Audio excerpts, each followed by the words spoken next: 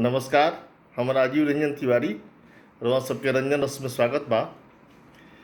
Lockdown लागल बा 17 मई तक खातिर कोरोना वायरस के चक्कर में।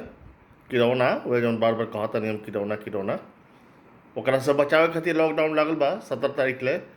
कल मुख्यमंत्री लोग के साथे प्रधानमंत्री के बैठक भइल वीडियो कॉन्फ्रेंसिंग पर।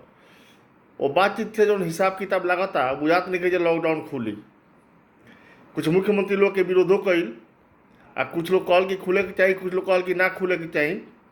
लेकिन जौन हालात बा देश के वैसे बुझात नहीं कि लॉकडाउन खुले वाला बा। अभी माने ई भइल कि जौना दिक्कत परेशानी में रुआ सब बानी अभी दिक्कत परेशानी और ही झेली। यदि मान ली कि खुलतो बा तो तनकी बार ढील दिया जाए, तनकी बार छोड़ दिया जाए। लेकिन जौन दिक्कत परेशानी बा जौन सत्ता दियो हैरान हो रहा बा, दुख बा, वो दुख झेलही के पड़ी।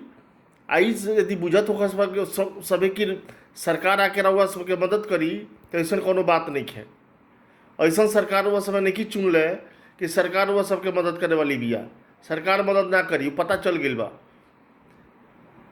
लाखों गरीब लोग ये बड़ा सड़क पर पैदल चल रहा बा।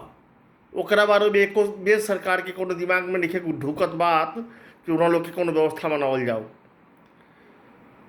अमीर लोग खातिर एसी ट्रेन आज से चालू होके वाली बिया, वो चले लगी ऐसे राजधानी टाइप के बढ़न बढ़न कुल ढेर पैसा दे के यात्रा लोग करेला। बहुत बढ़न बढ़न लोग में यात्रा करेला लोग। अब उन्हें लोग खातिर ट्रेन आज से चालू हो जाई।